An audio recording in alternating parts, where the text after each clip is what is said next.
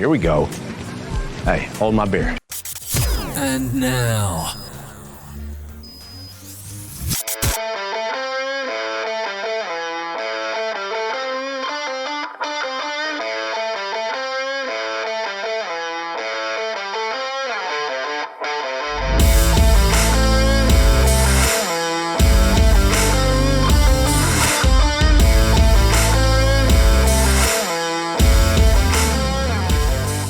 Your brother likes to yell into the microphone.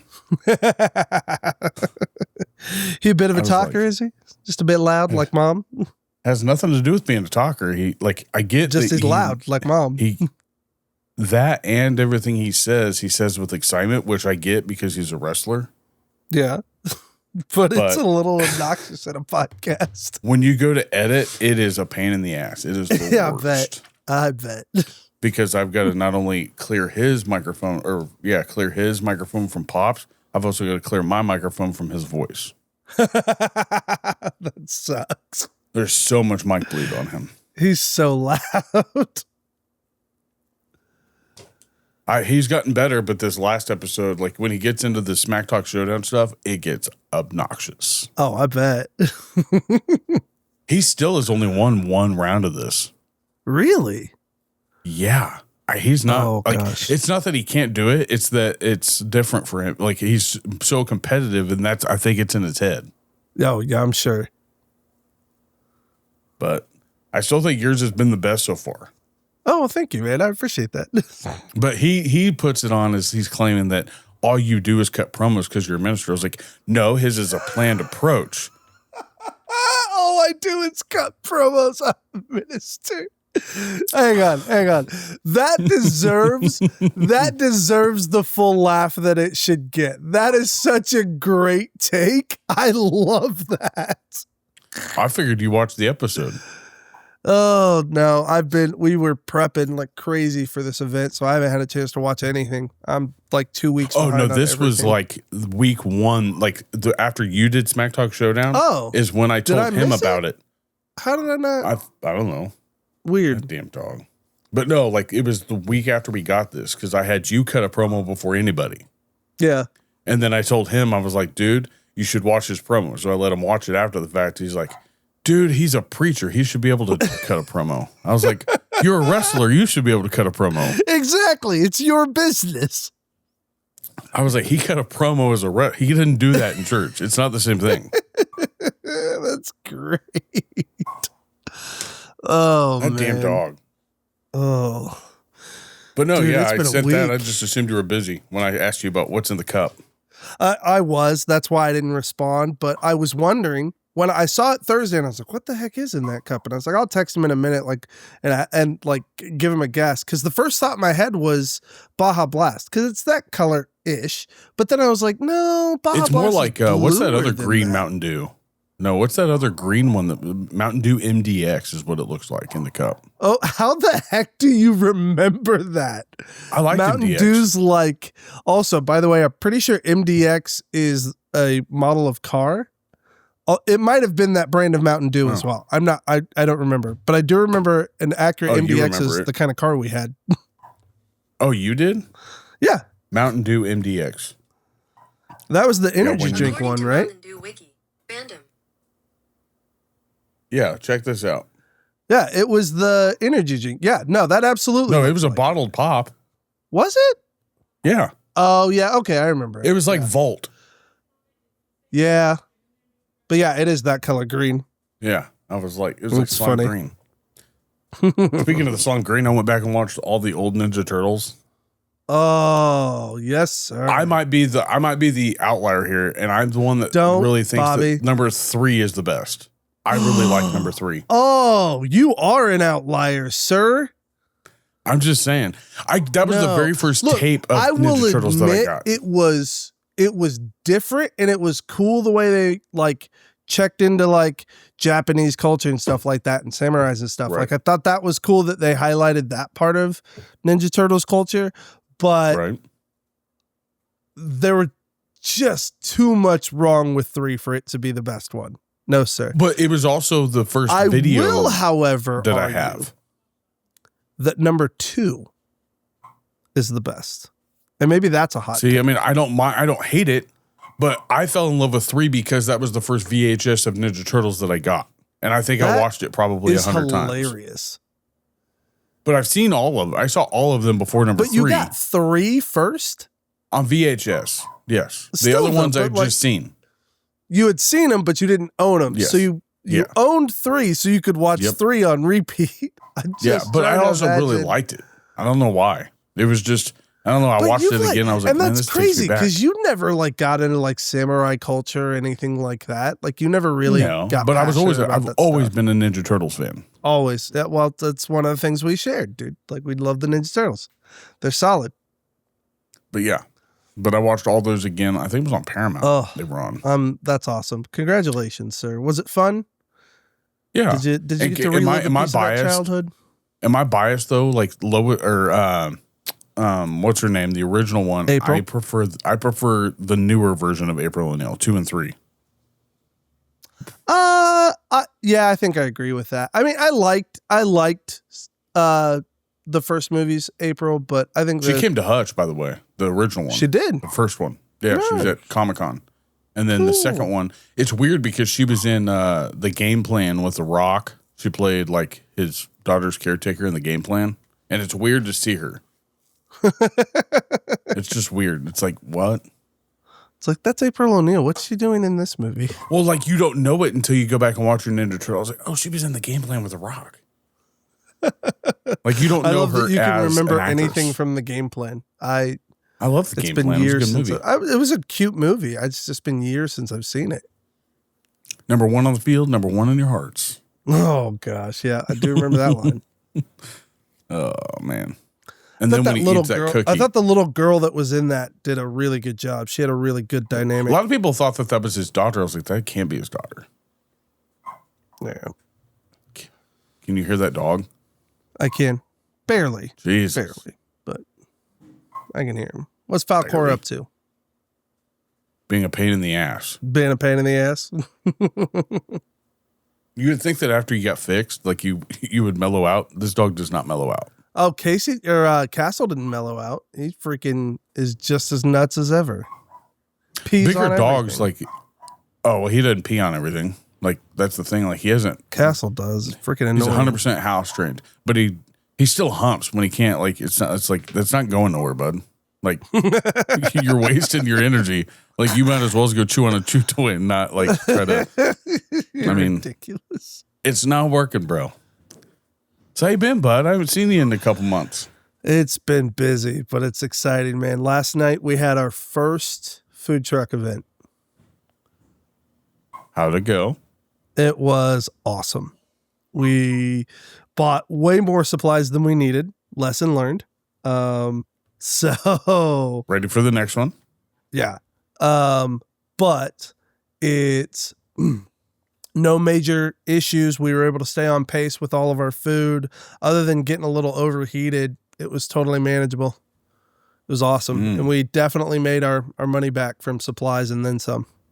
So, But no biscuit bombs yet, right? no, unfortunately not. We don't have the oven in this truck that we're using. So it's a limited menu of other things that I make well. I make a lot of food well. So So what was I'm your top doing, dish on the truck this week? Smash burgers sold a lot. But I had Did you several do people the that traditional wanted, one? Like with onions? No, I just did. Okay. I did very simple. It was 2 smash patties, a piece of American cheese, toasted bun. So a Freddy and then style I burger. had, yep. And then I had a cowboy burger that I did. Onion ring? Onion ring, barbecue sauce. Is it bad that I and know then- that? Then I did a patty melt. That'd be Jamie's was- go-to. Texas Texas toast. toast. Yep. Grilled Damn. onions. I'm fat. Thousand Island dressing, and then 2 of the smash burgers with cheese. See, So, the smash burgers add to it's almost like a cheeseburger grilled cheese. yep. That's what makes it so good. But yeah, I basically did all of them smash style and then prepped them, dressed them differently. So made it really easy for prep and for So did you have the whole doing family on there? Was it just you, Heather? no, it was the whole family, bro. So like dad and So I were in the dad, mom. truck. Heather was outside taking orders to give us more room in the truck. And then Casey and mom were down at the end taking care of drinks and waters. Where was Sky? Sky stayed home. She took care of the animals. Well, she sat around and watched TV all night is what she did and skipped all of her So chores. she pulled got what we herself- would have done as kids. We're like, yeah. Absolutely. And she got herself grounded for it too. So, I mean, What did she do? She had her dishes, she had her laundry, all those things she was supposed to already do. Those are her daily chores, and she didn't do them. And so we came home. She had already gone to bed. Dishes were in the sink. She had one load of laundry in the wash, and the rest of her stuff still sitting in the laundry room. And so we were like, "You're grounded for 3 days, ma'am. This ain't how you do it." See, if Josh was the one doing it, he would have got it done 15 minutes before his mom walked in the door. You dang right. Yes. You dang right. But you would also had like Jordan and I like helping you. It's like, Yeah. I'm well, like, guys, come on. Mom's going to be home in 15 minutes. We got to get this shit done. Jordan, you're on the dishes. Got to get my hands pruny. Yeah. But no. The fact that you remember Jordan and his freaking hatred of pretty hands is hilarious. He had like he almost had like a form of like that. He didn't have autism. Like he had that. I was gonna say, I think autism. slightly some of us have autistic aspects. Yeah, he hates the feel of like his hands being pruny and his feet touching together. So he always wears socks. It's like you're weird. Yeah, I think there's a touch of autism there. Heather says I have too many touch of autism. A touch of the tisms. You still that from what's his name? I haven't seen him in a while. The one from Tires. Yes, yeah, Shane Gillis. Yeah, I definitely stole that from Get a Shane. touch of the tism. You got a touch of autism. Actually, no. Tism was Theo Vaughn that said that. I'm a bit of a daywalker myself. Yeah. Theo Vaughn That is did. one of the he got a best touch of lines. that I tism. freaking love. Shane Gillis nails it with that one. Bit of a Yeah, and he's daywalker like myself. Down syndrome. Like he goes, I dodged it a little bit. Yeah. It nicked me. It nicked me. I haven't seen him do any stand up in a while. But his show is I haven't awesome. even watched Did you ever season watch his 2 show? of Tires. I haven't watched season 2. It's so much better than one. Is like, it? I one hope is- so. Season 1 One is was so good. I loved season 1, but like this one, you can definitely tell that they got their like the acting part of it rounded off. And the like, they budget's were all new to increased a acting. little bit. Oh yeah. Okay, And the good. names that they brought it'll in. be better. Then it'll be better. And the names Like, they brought in was awesome. the concept of Tires was a good concept, but it felt a little too low budget for what they were. And they've never done acting before either. Yeah, I was don't the think I first time. realized that. Yeah, Shane Gillis Oh was yeah, never in. well, yeah, I guess, but he's a comedian, so Yeah, he was a stand-up comedian. It's a little bit different doing a multi-cam show. it is. But the dude's kind of just naturally funny, so you expect and that this he can pick it up. Season But 2 really shows that. Is the manager one of the writers? He is, but he also And that was his he first- doesn't have a ton of acting experience either. No, right? he's done independent films before, but like nothing like this. He honestly impressed me. Like his like awkward, like trying to Oh, be yeah. cool, but not like. I genuinely felt like, oh, that's a young dude trying to be a leader in a position where nobody Like if I respects him as a didn't leader. know, I was watching it for Shane Gillis. I now watch it for him, just because he's the whole reason for that show. I think as to why it's so funny. His comedy definitely bounces off of Shane Gillis really well. And they're Like best they have a friends, so. good back and okay. I don't think I knew that. So Yeah, well, that's how they met. Like they're both from Pittsburgh, Pennsylvania, or something like that. that's funny. Yeah, it's awesome. I loved it. It was. I liked it. Vince It was Vaughn's solid. in the show. Ron White. They drop They Okay. bring in so many big names. So they definitely picked it up. Okay, I'll watch A season couple 2. Barstool guys are in there. Like Big Cat. Pretty good. I like Big Cat is not in there. The other Oh, guy sad. that teaches the other guy a lesson every month or every week. I forgot his name, but I'll have to like he sits down and teaches him a lesson of something different, like a history lesson, and it's pretty okay. comical. That's good. I'm gonna have to watch it. Yeah. Yeah, But no, no, how was man. Thanksgiving? Yesterday, yes, Thanksgiving was good.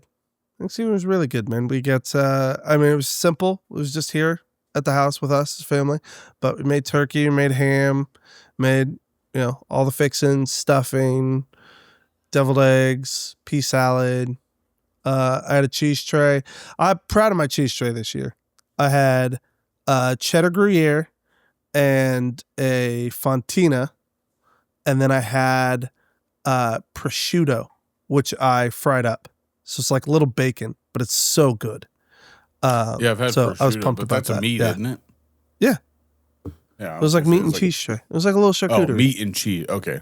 Well, I only heard cheese. Starts as a cheese tray. But I call it my cheese tray because that's what it primarily is for. I get cheese. I've never had fried prosciutto. I've had cold cut prosciutto. You have to try fried prosciutto. It is phenomenal. Well, you have to try fried turkey.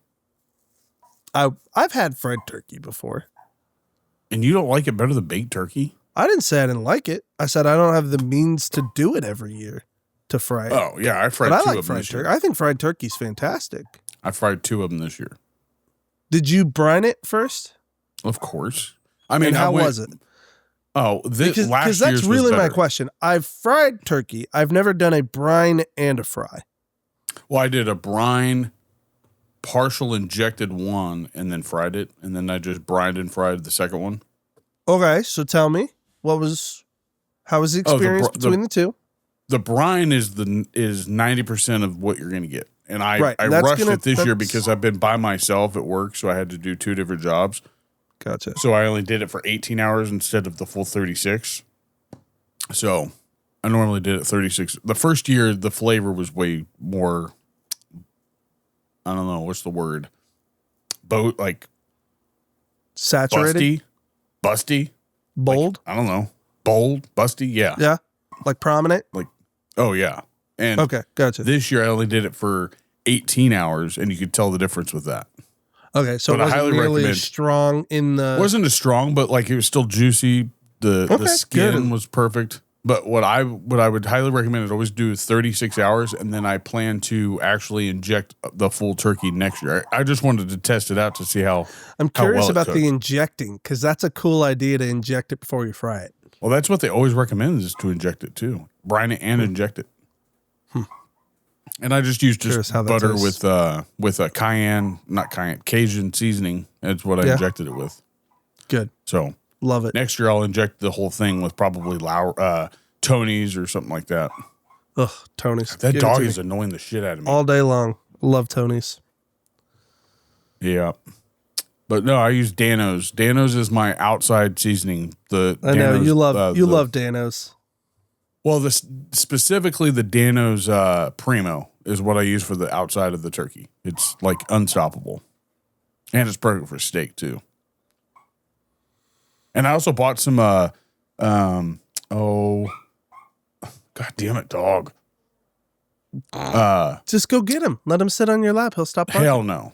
Let's shoot something up in here. What's that? It's the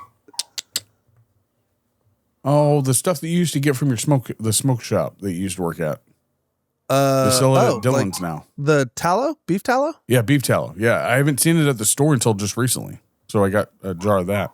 I love beef tallow. Oh, I wish I could cook with beef tallow all the time. Yep. I still save all my bacon grease and use my pucks to. I just don't have anywhere to save my bacon, and it's just not. Get you a little. Plus, we bake. Well, we bake it. I like my bacon crispy. So that's fine. Mine's bake it, but you still have a pan with grease at the end, right? With foil and parchment paper. Yeah, but still grease. Yes. Yeah, but I don't know. It's just not worth saving. You just take the pan. Oh, it is. You take the pan. You dump it into a bowl or a cup or something. I have a little silicone mold that's a pig that Heather gave me. So I just pour it into there. It's got a little strainer on the top, takes the big pieces out, and then the debris will settle on the bottom, and then the top part will just be this beautiful puck of fat. I mean, it's something definitely worth looking at. Hold on a second. This is going to piss me off. Go for it. 1 second. So those of you that out there that do Blackstones or stuff like that, I highly recommend save your bacon grease, stick it in the freezer. and then use it as a puck to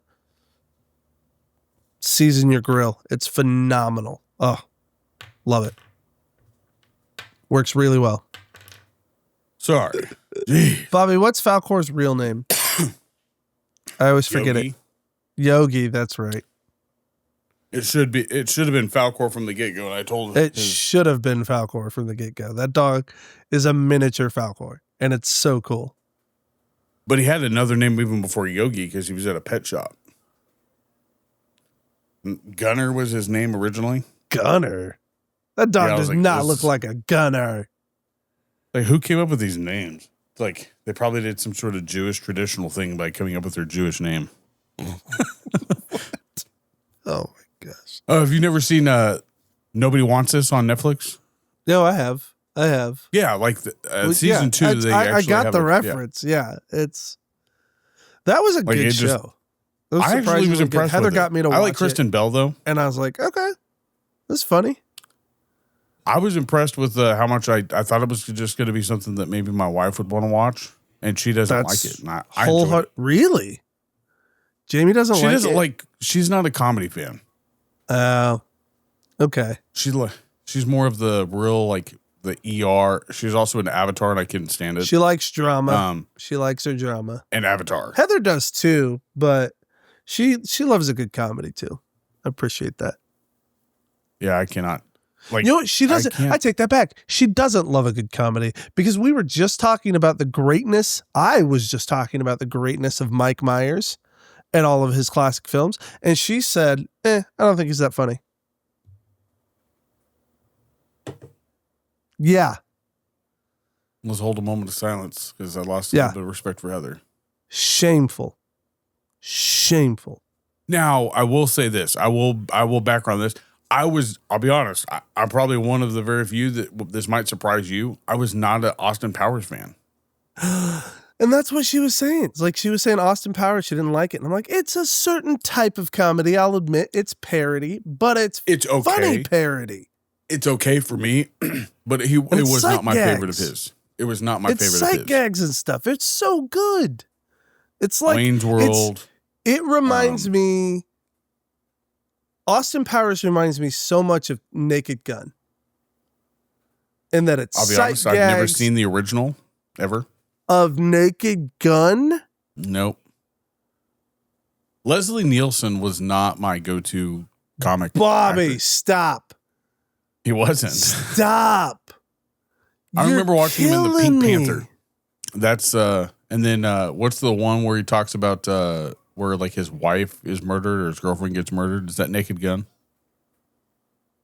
And he's doing a field sobriety test, and he does like this weird backflips and does like everything out of. Okay, so I have seen. I guess I have seen that then.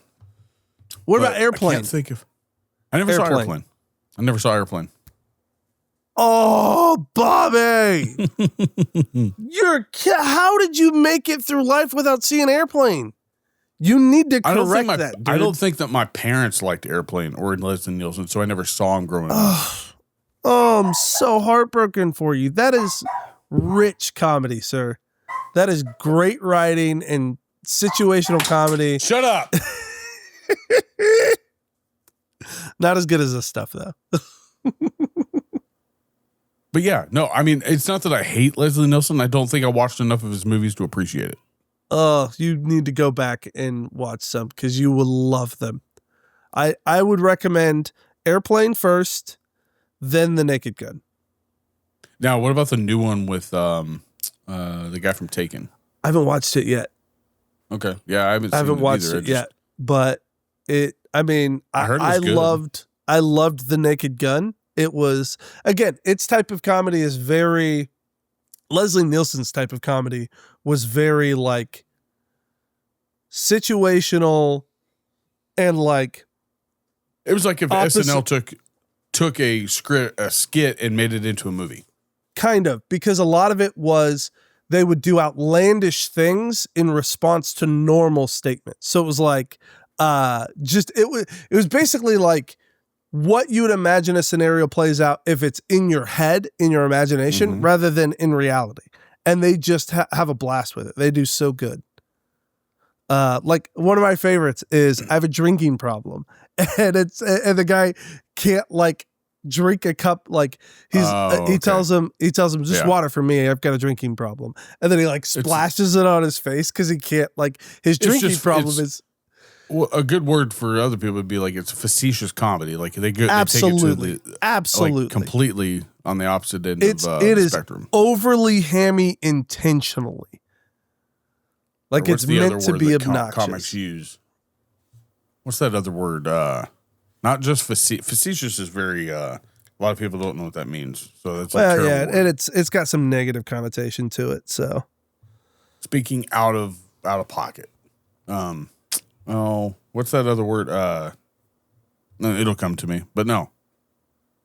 But yeah, I'll have to watch them. I don't think I was ever around it, so that's probably why. Because he really hasn't been in that many movies, has he? Like when you think of comedy actors, he hasn't been in that many.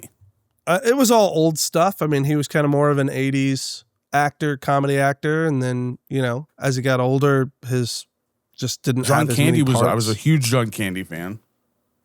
So I mean, about the same time. I mean, he have started you watched probably a little bit early. That new? I haven't watched it. The new documentary. I Love Myself or something like that. Yeah. I've not watched it yet.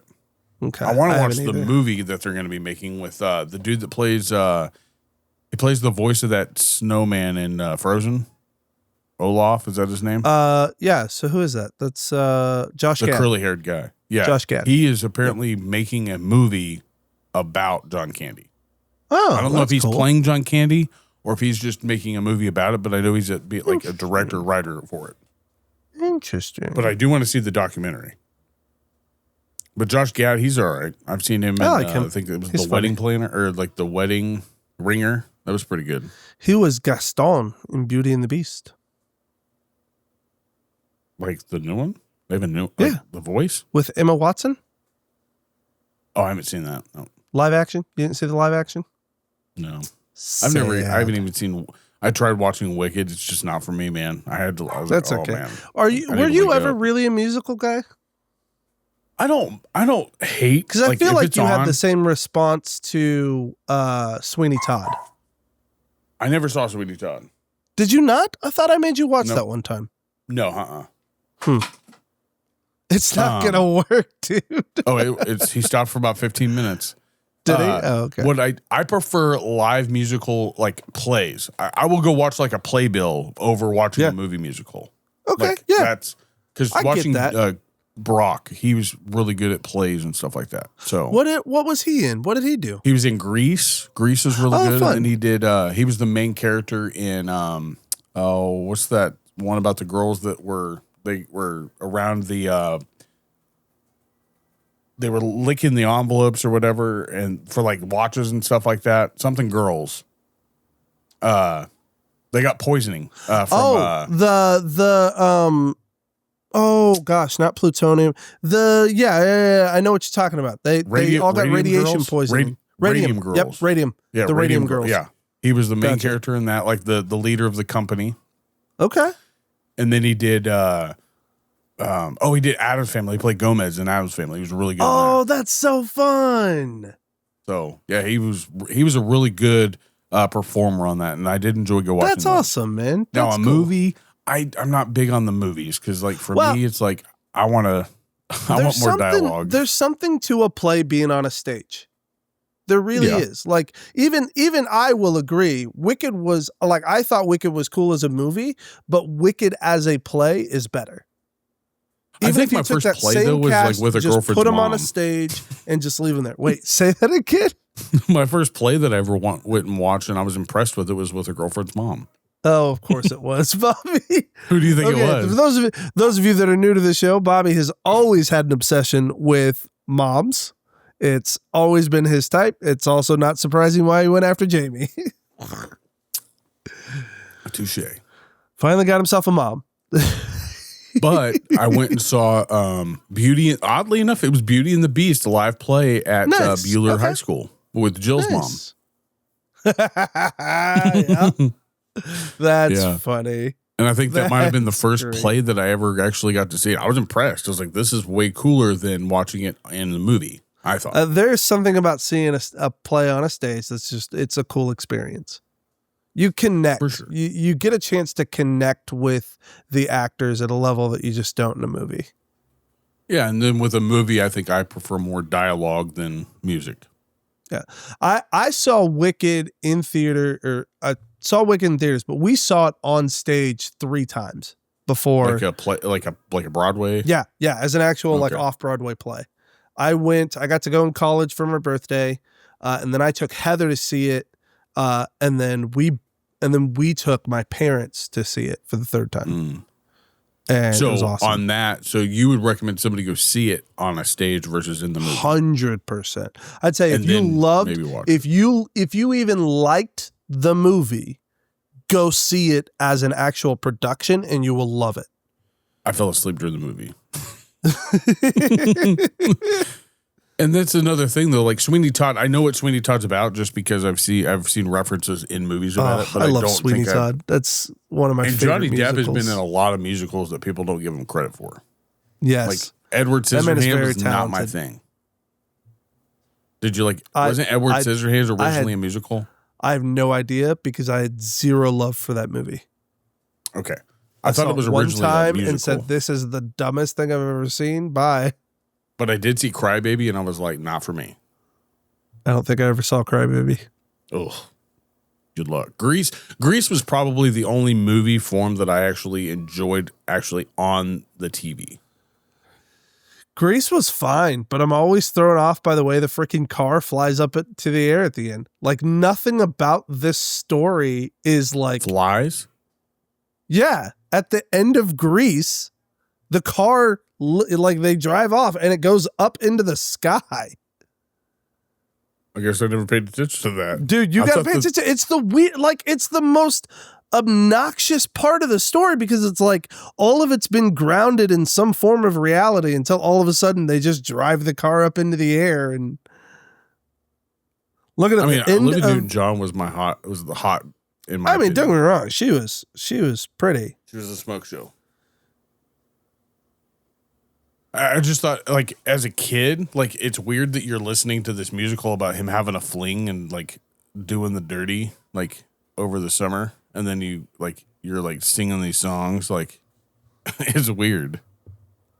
Summer loving happens so fast. What? Well, I'm just starting to realize maybe I missed, like, a point in the musical, and that's why the car flies. Oh. Okay.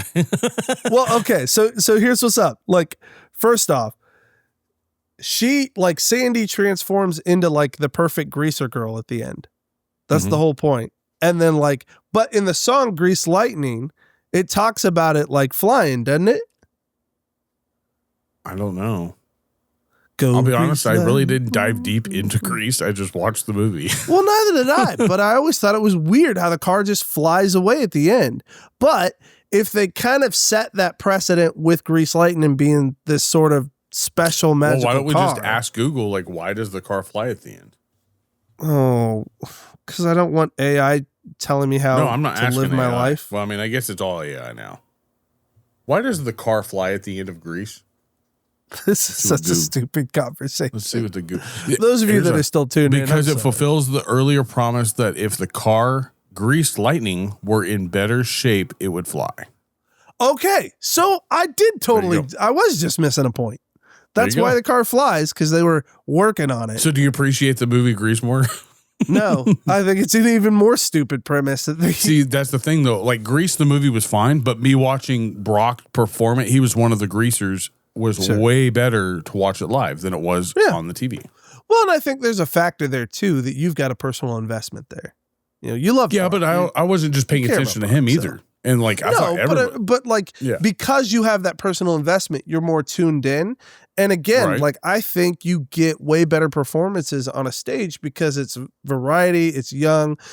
You know, there may be slip ups and stuff like that, but you get unique performances that you aren't getting anywhere else. Agreed.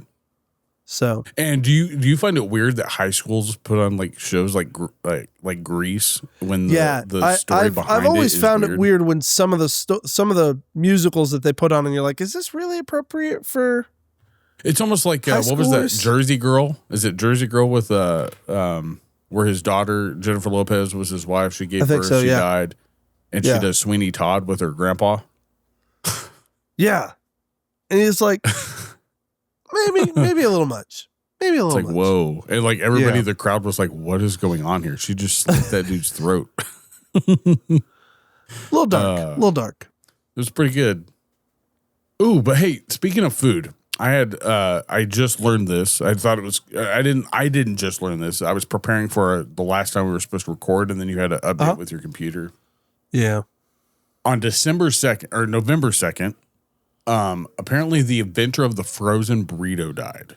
Is that weird to you? Like when you sit there and you think about the inventor of the frozen burrito, would you think that he would have died earlier in life, like way before us? Or like, is this a good time for you? Yeah. Frozen burrito feels like that should be way older than recent Like times. when you think about it, and then when you do a deep dive into it, it's just a like I am, burrito frozen. Like we've had right. refrigeration since the 50s. I think actually since the 30s, right? Technically. Well, like in everybody's Like, home. oh, yeah, I think like electric- truly yeah, having okay. like a refrigerator in every home, it's been since the 50s. So about But the even same time still- as the TV.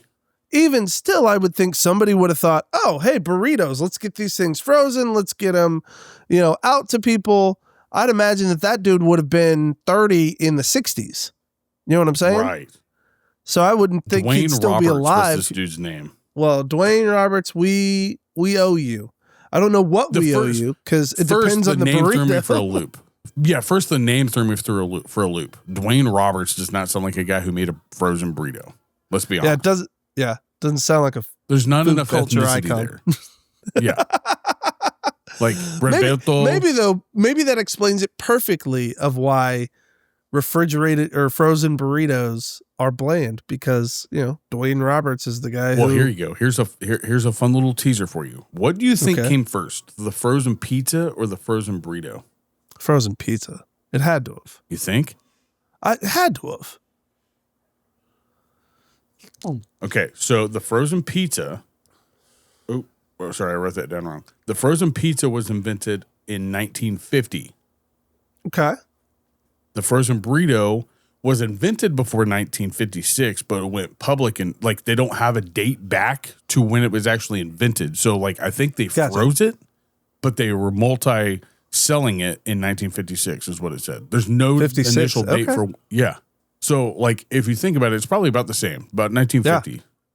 Well, I'd So imagine once the idea that people have a freezer in their home and keep stuff cold, it revolutionized food prep.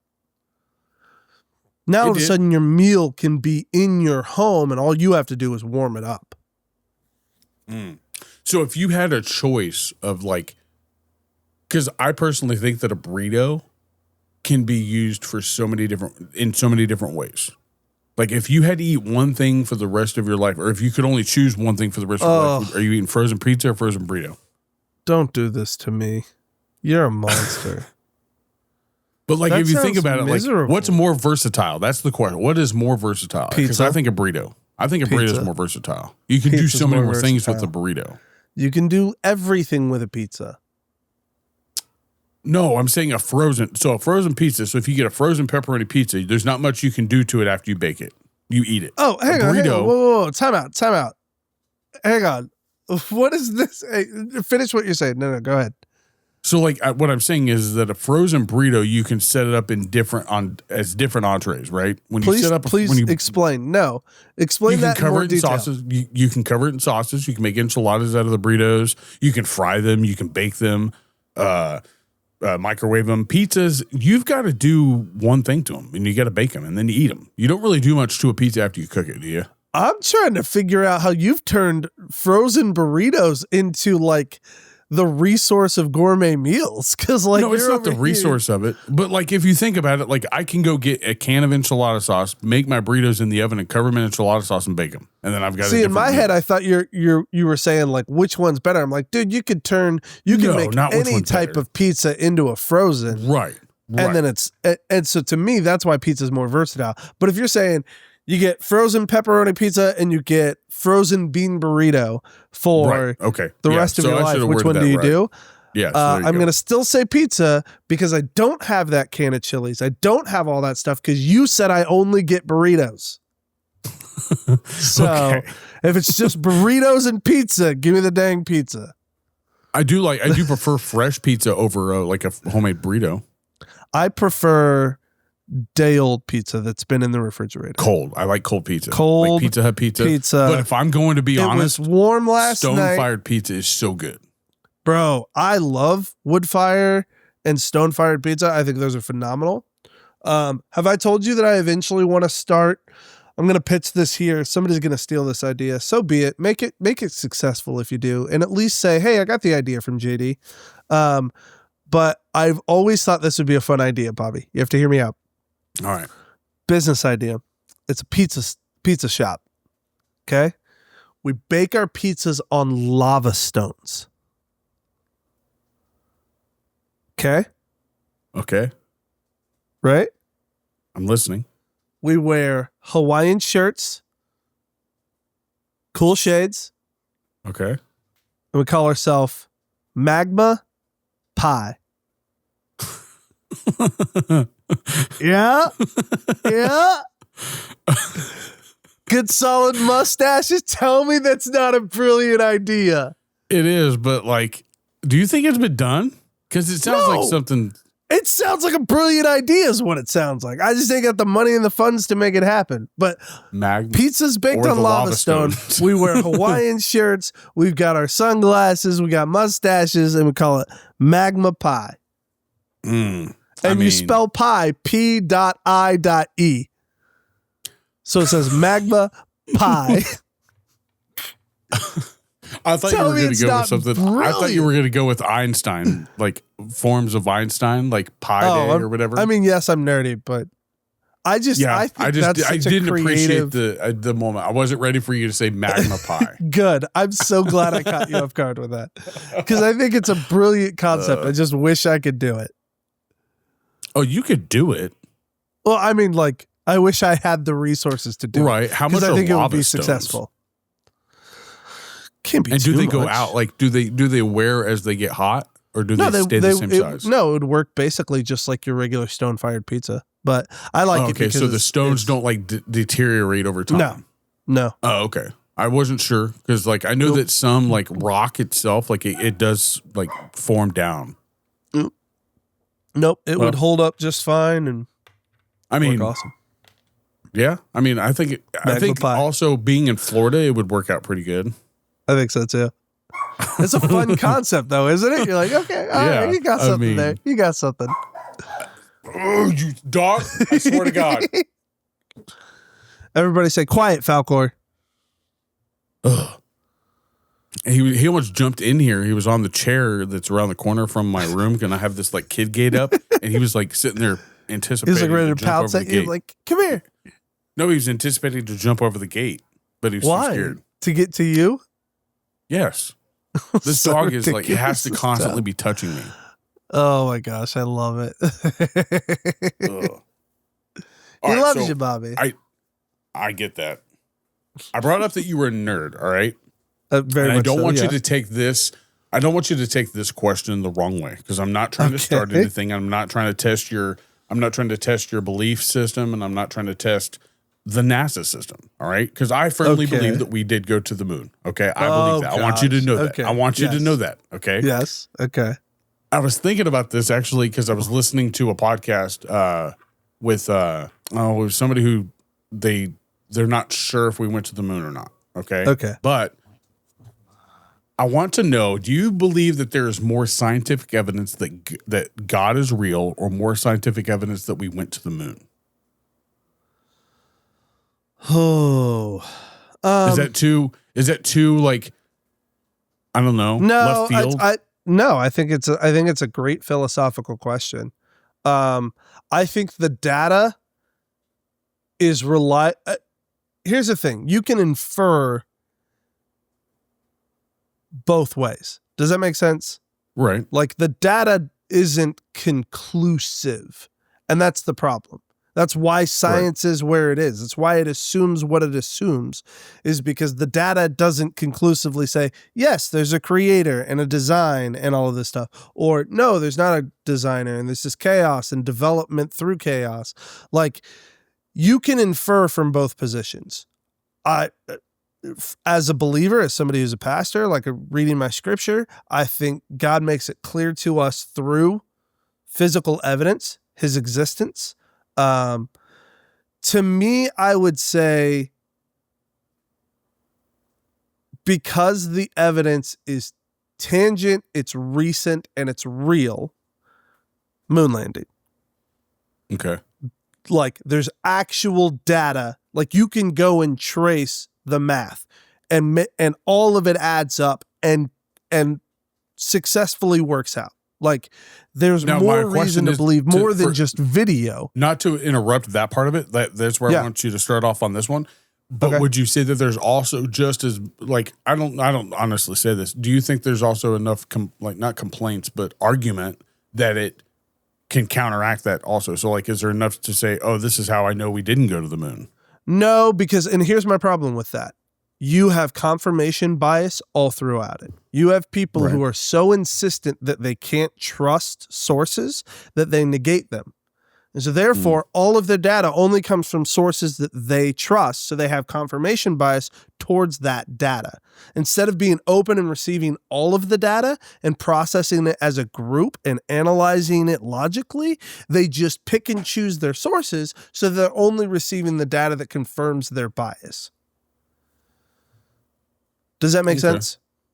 Yeah. And the reason why I asked that, because I know that, like, I would say anybody who is open-minded and spends 15 minutes researching the math and the work put into getting us on the moon, you would see it was one of the coolest human achievements because so many people were working for it.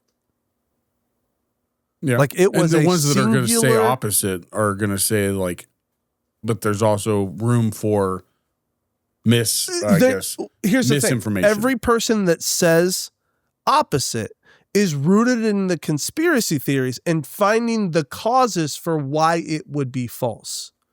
We're in a race with Russia. We're trying to prove our dominancy. All of this stuff matters. So that's why we would fake it. I'm not saying we don't have a good reason to fake the moon landing. What I am saying is, if you follow the data, you follow the science, and you look at it as a reasonable human being, not as a conspiracy theorist who only trusts certain amounts of data, then what you come to the conclusion is, no, this was a brilliant effort by hundreds of thousands of scientists to make happen a goal that was set by the President of the United States almost 10 years earlier. Yeah, JFK. That's the thing people aren't considering. It took us 8+ I would say years. I would say it was before that president, wouldn't you? Or do you think it happened? Kennedy. It's Kennedy, dude. Oh, I didn't know if it was ever talked about before that. Man will go to the moon in this decade. That's Kennedy's line. Right. And he was right. Do you think the presidents were talking about that before that, though? Or do you think he was the initial guy? Flight and travel was always part of the dialogue. Once the Wright brothers got in, we've never been able to keep our sights contained. Once the Wright brothers got in the air, then we were like, okay, let's talk about space. How do we get to space? How do we get to the moon? Okay. Right. Russia was the one pushing for it first. That's why they got their rockets out. That's why they're responsible for the first man in orbit. Because of them, I think it scared us into saying, oh, hey, we need to take this more seriously. And that's why Kennedy put such a push on it, because it was the Cold War, because we are dealing with this pressure. But I don't think that negates the value of the work of thousands of individuals who literally made it their life for 10 years to get us to the moon. I respect science way too much to allow shitty reporting to shape my view of good science. I see that, and that's why I thought I would ask you, because I just assumed that we went to the moon. Like, I'm not going to say that we didn't, because I haven't done the research to prove that we didn't. Well, and again, you would have to be, one, concerned enough to actually do the research, two, nerdy enough to understand it. Right. And the stuff that I have heard is usually the arguments of like stuff that I would never take the time to look into, like the refueling and stuff like that. Like, I don't care how long it takes you to get to the moon. Like, if I cared, I would have done the research as to why we got to the moon. Well, and part of the issue that I have with that too is a lot of people report on stuff like that without any understanding of the physics behind it. They're not physics majors. They're not physicists. And yet they'll like criticize because they don't understand the physics that doesn't believe we went? Huh? So you don't think that there's a physicist out there that doesn't believe that we went to the moon? No, because it's shaped that. I thought there were. I thought there's like a whole like conglomerate of them. I don't think so. Not that are taken seriously. I mean, like, I take with what I hear with usually a grain of salt, but if I've been told something for 38 years as a kid, it's like, I believe you. Especially if it's not interesting to me. I promise you. Especially if it's not interesting to me. It's one of the greatest accomplishments of mankind. I think what is interesting is why people dive so deep into proving that it's not that it didn't happen. That's what's interesting. I think there are so many people out there that need to have the government as an enemy to survive, to live their life, that's why they do it. Like, they are so anti-authoritarian that the notion that they could be responsible for a human achievement rather than human destruction is a problem for them. But to me, it's not like, that's what's so silly to me is it's not an achievement of the government. The U.S. government didn't do squat. No, all they NASA and the scientists did it. Didn't they get the funding? Is that all they did? Yes, but congratulations. You know how to push a bill through. All I'm saying is that's all they did. Exactly. And that's all the government should get credit for. They pushed a bill through. They put funding in the place where it should be. Who was and a the part real of the Project scientists Paperclip? went to work. Was that government or was that NASA? That we got. Remind me what Paperclip is again. We got our scientists from Russia or from Germany. Germany. That's what it was. We got them from Germany after World War II. Yeah. I mean, a lot of that was political stuff. Government. Okay. Yeah. So I guess you could say we got the smartest and stuff of the like smartest. that. But again, some of the criticism there is that some of those scientists were involved in some pretty shady stuff that they should have. Well, the reason why they were here is because they were Nazis. That's part of the argument. Not all of them. A lot of them not all on the run from the Nazis. That some people were being like swept Einstein under was the on rug. the run from the Nazis. Yeah. But there were several Nazi sympathizers and scientists within the Nazi world that were invited over and protected because of their knowledge. I was watching a show about that. I told you about that show. Yeah. Yeah.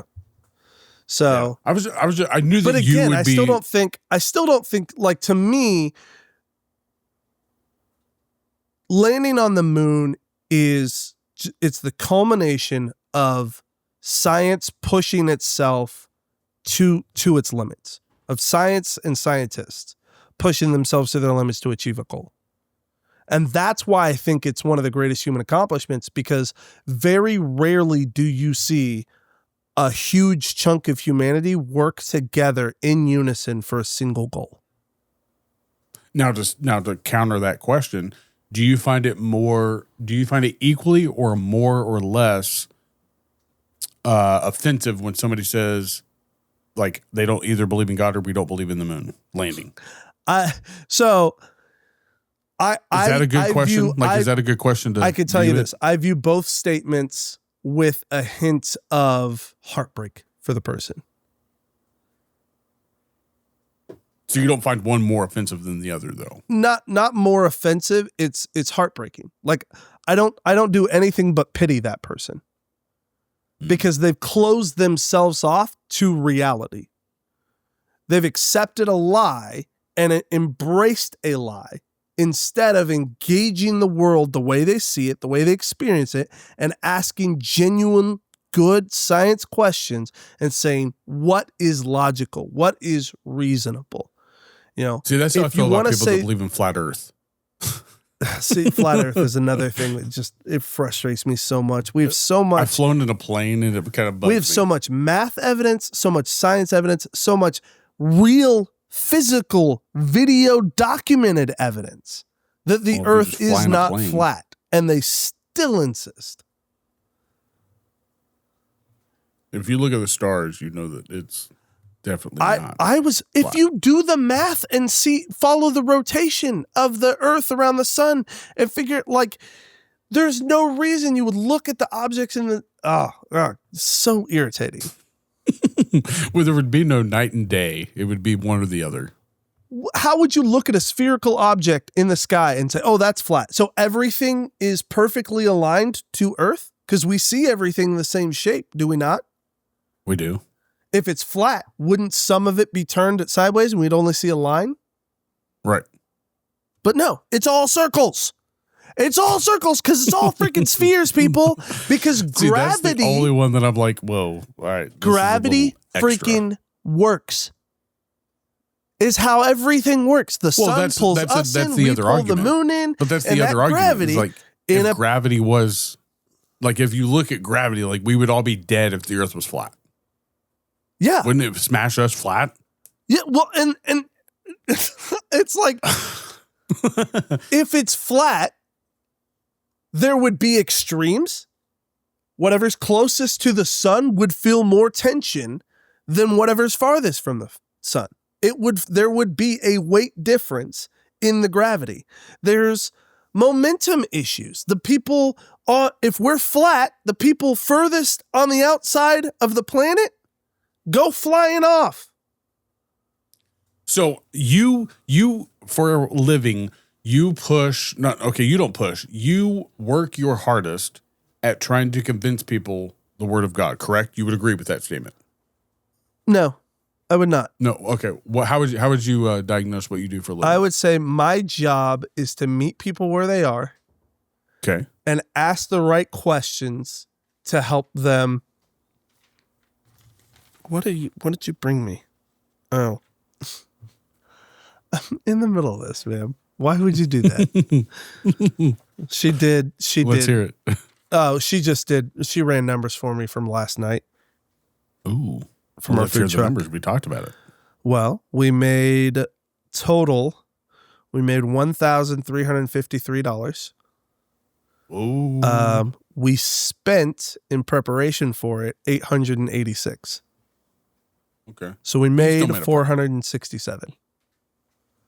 There we go. It's not bad.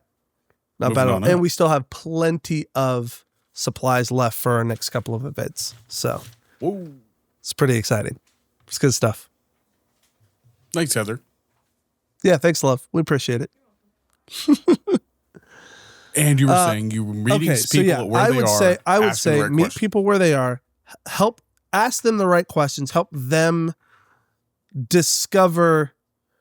Because here's what it comes down to. Like, you're going to spend your whole life not like, there is no such thing as 100% certainty. Doesn't exist. Okay? Correct. So you have to go with what's most logical, what's most reasonable, and what ultimately impacts your life the clearest. To me, there is enough evidence in science, in nature, that we are a created being with a design. That then leads me to, if we're created by a creator, what is that creator like? That is where scripture comes into me to find out. That tells me that creator is not a mean, cold, distant, outside being who created us and then left us to be. What scripture tells us is no, like God created us, loves us, and has desired to be in relationship with us the entire time. Right. Through what Christianity teaches, we chose to rebel against Jesus or against God and his goodness, and God in response gave himself as an offering to restore us back to him. That's what Jesus is. Jesus is God himself offering himself as redemption for us. That's what the Bible teaches. And so with that in mind, what what do you find to be harder? Like, okay, so say that I hired you to try to convince a group of 100 people that the moon landing was real, that don't believe it, versus people who don't believe in God and have not even done neither party have done research to prove otherwise. Well, but they don't believe in God. It's funny you and ask they don't which know how to one's find harder. him. I think you're dealing with the same people. Oh, they are I don't the same? think either. Yeah, I don't think either one is harder. Not saying that every person who doesn't believe in the moon landing is an atheist. What I am saying is, although I would question it. No, I'm kidding. But what do you say about people who do believe in God but don't believe in the moon landing? Is that weird? I think they live in fear, and I don't think that they're truly giving God the power that He has. They're not truly recognizing who God is. Because they're limited in their understanding. They're limited in their understanding of humans. They're limited in what they think humans are capable of, what they think humans can do. And again, it's always from this perspective of the authority has lied to you. Like, I will say, if you look at a Venn diagram of people who believe flat earth and people who are anti-authoritarian, it's a perfect circle. Do you think it's a weird, do you think that one, say if you were to color that Venn diagram in blue and red, what color do you think that purple? That's what color that thing is going to be. So 50-50? I'm telling you, dude, I can't place another logical reason you would stand so firm on that idea outside of I'm team purple. anti-authoritarianism. I'm not Republican. Mentally, I'm not Republican or Democrat. Oh, and that's why is that what you meant? Oh, okay. That's what I meant. Well, even still, I'd say yes. It may have a reddish tint to it, if I'm honest. Really? Yeah, okay. Conservatives tend to be a little more on the anti-authoritarian side. 30 years ago or conservatives now? Because there's weirdly enough, I would say difference. conservatives now. Because weirdly enough, I'd say conservatives 30 years ago would not be would not be flat Earth. There's no way. No, I'm saying moon landing. Moon landing. Now, even 30 years ago, conservatives aren't the ones that are moon landing's fake. But again, I think it's mixed. I think it's both. And again, I think the real thing that you would be looking at is how closely related is conspiracy theories and anti-authoritarianism.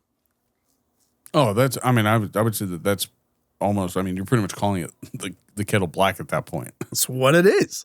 And when you have such a problem with authority, you can't be open-minded in understanding facts because you're constantly looking for the bias. You're constantly looking for what you believe to be the change factor.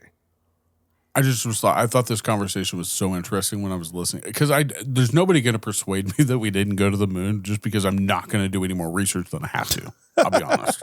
You're like, I've made my commitment. I'm not putting any more work. I've seen Apollo 13. I believe it. Fine. I've seen Apollo 13. I believe in everything that I heard before that. They didn't land on the moon in Apollo 13. No, I know, but that was the whole point of why he didn't go.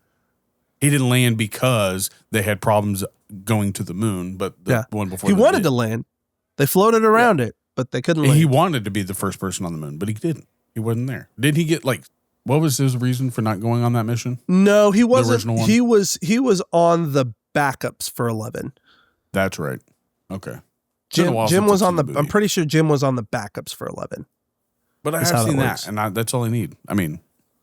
No, Hollywood is not your ideal place for information, but I have been to the Cosmosphere, and I will say, I have 100% faith. I will say, if you've seen Hidden Figures, I've seen Hidden Figures. That one was really good, and I think that did a good job. Sure, it was still a piece, still a humanitarian piece, orbit, right? That went through. That was in the 50s. That went through the Genesis and the early Apollos missions. Yeah, because it covers the explosion of Apollo 1.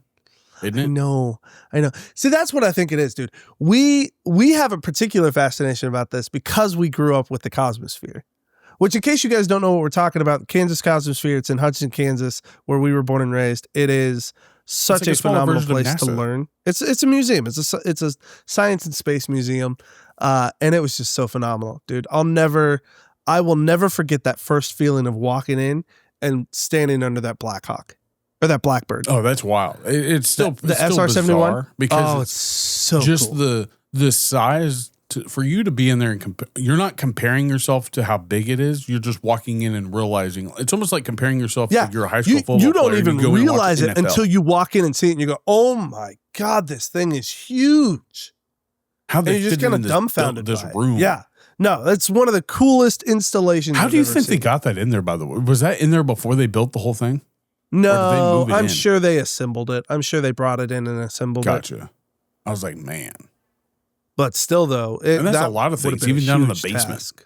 Yeah. The Liberty Bell I 7's love there. that place, dude. Isn't Liberty it Bell Liberty 7, Bell? the Apollo 13 capsule. Yep, both of the sunken It's wild. capsules that went down into the ocean.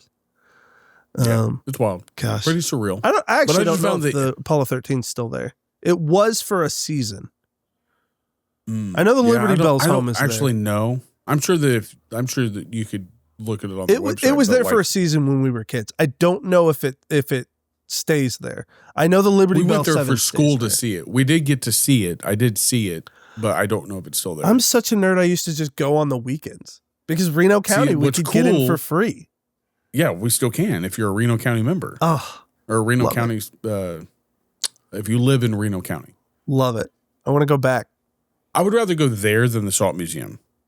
The Salt Museum was cool. I did it once. It's cool, but it's but not that's a nearly as one-time exciting as The coolest part about the give Salt me Museum the was the Cosmosphere all Batman day suit. long. Was all the stuff in that? Yes, in that vault. exactly. The memorabilia. It was awesome. Yeah, Clooney the original nipples. Batman vault. The movies that they have down there, like the Wizard of Oz and all that stuff. That's Yes, cool. the reels. Yeah, those were really cool. The to 8 see. is it 8mm? Yeah. I think it's 8mm. Yeah. It's whatever the movies used to have, Yeah, I like don't on know. that reel. Yeah. Yeah.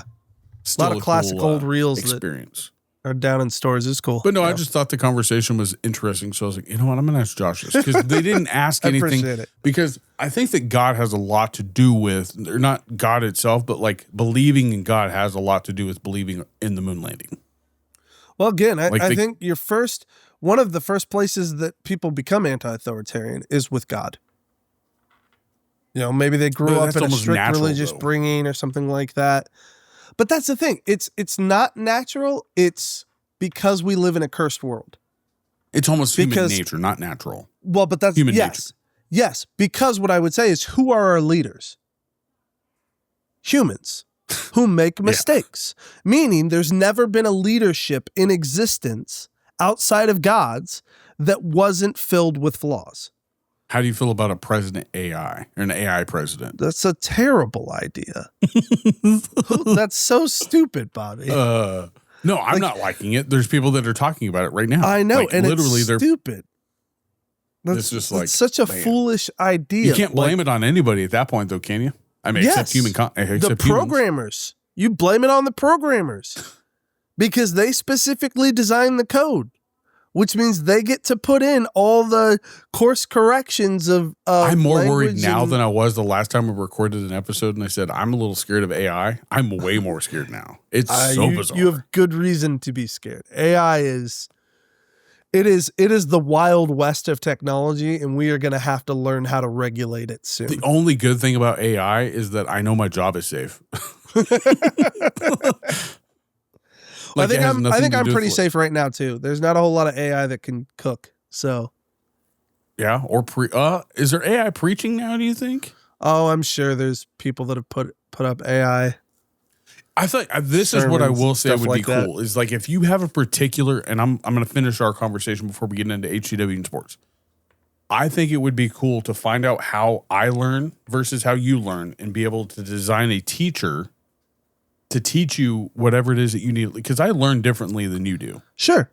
Would you?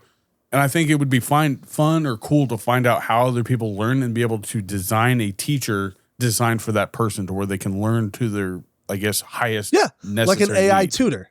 Like an Yes. AI tutor. I think that's brilliant. Yes. I think that's a great use of it because that's using AI for its. I think AI should be used in mass to solve all of our logistic and detailed oriented things. things that a computer could do calculations and process 100,000 times faster than a human can. Let them do that, but keep the artwork and keep the creativity to the human, because the human is the creative being. Like, all AI can do is take a prompt. Create creators. Well, no, I disagree with that. I don't think AI should be responsible. To pull the creativity out of us is what I mean. To teach us what we are. That's different. To lead and to teach is different than to create. Right, and that's what I'm saying. Because if we had something to teach us to be a creator is what I mean. To whatever it is that we are good at, build our skills up. Something to help develop. Yes, I agree. Yes. But again, that's the tactical, tangible steps rather than the development of some sort of art. Right now, we give AI prompts and it does its version of art, which is this conglomeration of different art styles and things like that.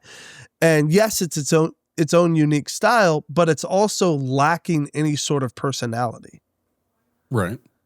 And so that's why I'm saying. So do you think if you asked ChatGPT about the moon landing, do you think it's going to be biased, or do you think it's going to be scientifically I think it'd be scientific. I think it'd be very scientific. So if you ask 3 different AI programs, maybe it might be different. Maybe you should do that, Bobby. Why don't you do that this week and ask 3 different AIs about the moon landing and see what they say. ChatGPT and Perplexity. Oh, no, I take it back. I do have 3. I have X's. I have X's. Oh, you don't have Deep? Have you looked up, what's it called? DeepSeek. DeepSeek? I've never even heard of that. It's an AI. It's open source. Yep, it's free. Okay. It's an open source. It's a Chinese platform. Whoa! You said the word Chinese. Oh no, they made it. So, but it's good. It probably is better than exactly. In a world filled with imitations, there's one name that stands out above all the rest. Rage Beef Jerky, a small batch jerky company that sets the standard for what it means to be 100% grade A quality beef. Rage Beef Jerky is the self-proclaimed world's best beef jerky. But just because it's self-proclaimed doesn't mean it's not true.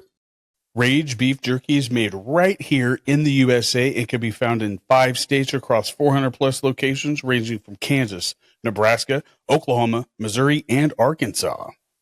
But if you're not near those states, all you've got to do is visit www.ragebeefjerky.com, and you could choose from any of the 6 flavors that they got of jerky or beef sticks. They got both now. They're really good. The flavors are original, teriyaki, hot, cracked pepper, sweet, and spicy, or you can go with my all-time favorite, which is bacon jalapeno. Chef's kiss. Rage Beef Jerky has given our listeners the opportunity to save 15% off their order. At checkout, use promo code CHUBBY, that's CHUBBY, and save 15% off your order. Don't let your taste buds suffer through any more mystery meat products. Visit www.ragebeefjerky.com and let your taste buds rage. Get your jerky on. All right. Well, hey, why don't we talk about HCW real quick? Let's do it. Well, I mean, there's really not much to talk about right now because we have a show tonight, which is the 2nd annual Red Kettle Rumble.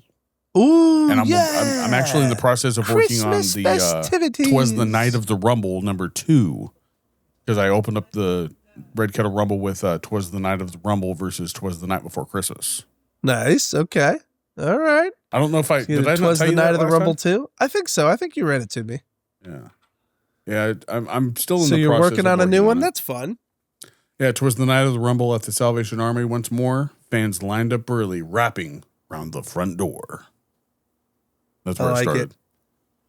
Good stuff. Yeah. So it's hard to add in specifics because I never know who's actually going to be there until the very last second. So I don't want to add too many specifics. Tell me what you're looking forward to tonight. I think the whole point of the Christmas spirit, I think, is really circled around the show is like giving back to the community, and that's what BJ's done.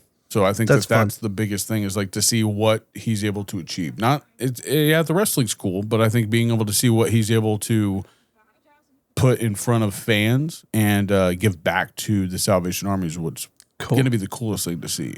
That's exciting. Not one wrestler is going to stand out tonight because everybody knows what it's for. Sure. No, this show isn't about the wrestlers. It's about the event. The community. Yeah, that's cool. So, I love that. And that's what's cool. Not many people do that anymore. Not many people focus on what could come out of something. Yep. It's always, this is going to go terribly wrong. Not all the time do you have to think that way. Very true. And I think that's what's awesome about this show. And I think that's why BJ does it. I'd agree. But the Rumble, I think, by itself is going to be the tone setter. It's the Red Kettle Rumble for a reason. So the Royal Rumble. Dude, how do you beat a Royal Rumble? Royal Rumble matches are just so fun.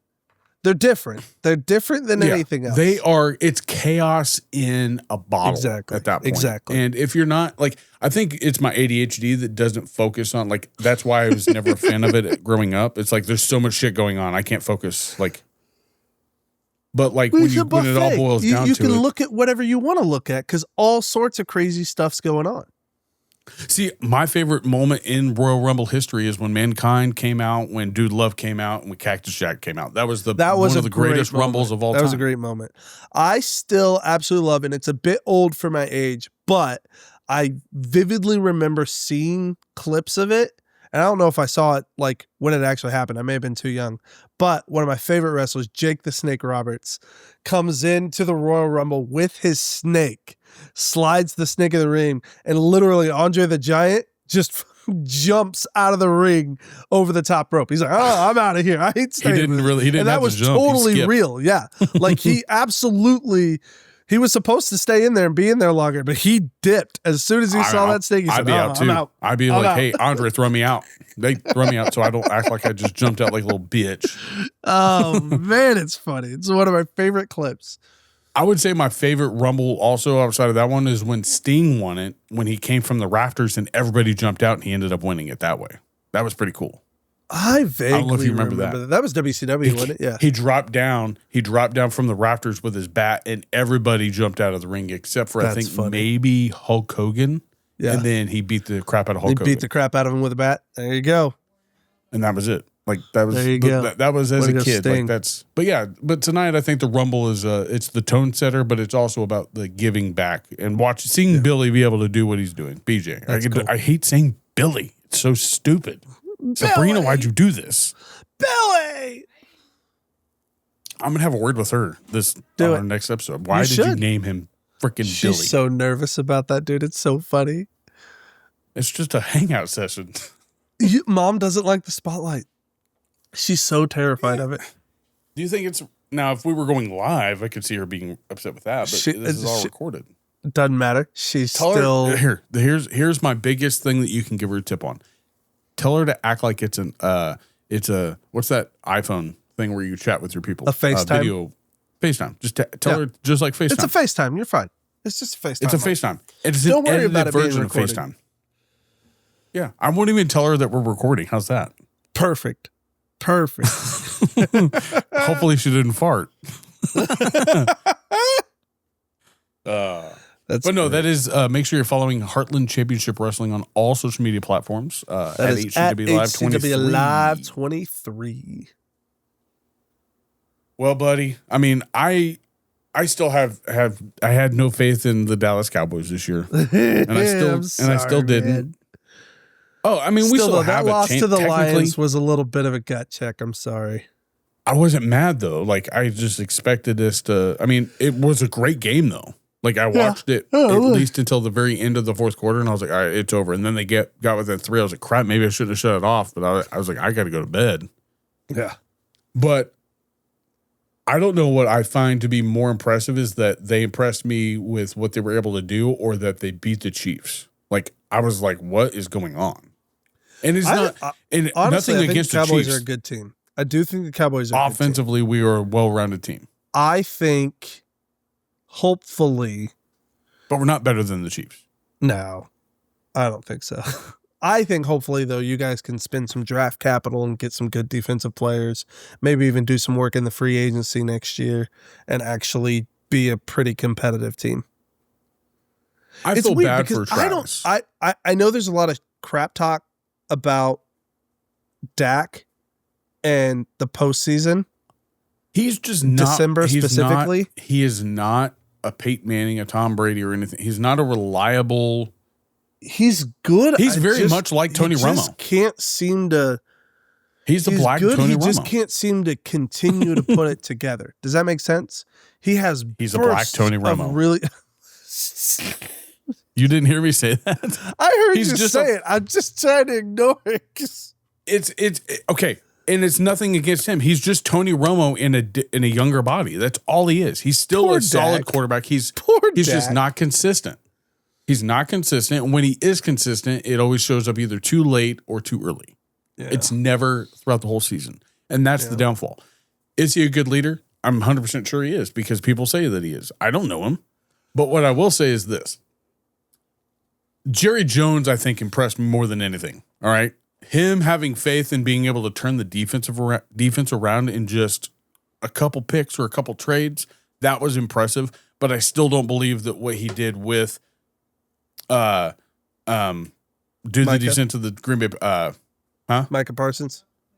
Yeah, I don't think that had anything to do with where we are now. That trade didn't help us, it didn't hurt us. That's my honest opinion. It helped the Packers. I can tell you that much. The Packers aren't even that good. They're They better should with be him. better. Though. They are better with No. him. Statistically, they're the same. I guarantee I you think they're the same. not. I guarantee you they're not. I promise you they would be 2 or 3 games worse. He is making a difference over there. I don't think they're as good as they. They're not as good as they. They're not as good as they should be. Right. But I'm saying they're not as good as they are without Micah Parsons. What was their record he has last made a year? difference. What was their record last year? Like, I think it's about the same. They made playoffs, but again, there was also a bunch of change. They were too. wild card last year. And right now they are, is it second now that the Lions won? Packers are 8-3-1, dude. I think last year they were like something in 5. I think they lost 4 or 5. Packers are 8-3-1. If they beat the Bears, they are the leaders of the division. So I would say they're doing pretty good. I know that's the Bears have been number one. The Bears being number one is wild. And the Lions, I think they're tied. Is it tied for third or tied for second with the Green Bay? Yes. That's wild. No. Lions are behind Green Bay because Lions have 4 losses. Even after beating Dallas? Yeah, they have 4 losses. Oh, okay. Let me double check it, but I trust it. What I am happy about is my fantasy football team's doing solid. Lions have 5 losses. Oh, okay. Lions so have they have to 5 losses. And they that can't nuts? lose. They can't lose anymore, and Green Bay has to win out in order to remain in the top 2. Yep. It's wild. This season is probably the most unique for it's not going to be the same team. Wholeheartedly agree. This has been a chaotic season. And knowing who is good and who is not good as a team, I don't think we'll get those answers until we're Is it weird with your into the statement that you playoffs. made? Is it weird with the statement that you made about the Chiefs being like you weren't worried about the division? Oh, I think it's very weird. It's very weird. First off, I will give Denver the credit that's due. They are playing well. They've done well. They haven't made a ton of mistakes. They're most likely going to take the division. It's weird to me because I don't think the Chiefs are as bad as their record shows. I think they're better than they were last year. I'm hard pressed to believe that just because I think our O-line's been having a lot of problems that we weren't having last year. I'm saying with what they are capable of, not necessarily what they're able to show in a game, Sure. but they're capable I of. would They're say, better. I would say roster wise, we are better. I would say we are a more complete roster this year than we were last year. The What do you problem think the to holdback me is? I think 1, our offensive line's struggling. 2, Patrick is pushing too hard. If you've noticed, Making too many mistakes. No, it's not even that. Almost every game, they come out and the first 3 plays are long bombs trying to score a touchdown right out of the gate. We're so concerned about momentum that we're not playing smart, consistent football. And yes, Patrick Mahomes can do great momentum once he gets rolling, but you can't forget the fact that he needs to get rolling. Give him Right. consistent short field passes and let him get confidence. Let him get rolling, and then you'll see the magic happen. But they're trying say right this, out though. of gate to throw these deep bombs and set up these incredible shots and get the momentum early on, and it's costing us because we're not landing it. I will say this: Dallas Chiefs Thanksgiving game should be a regular thing.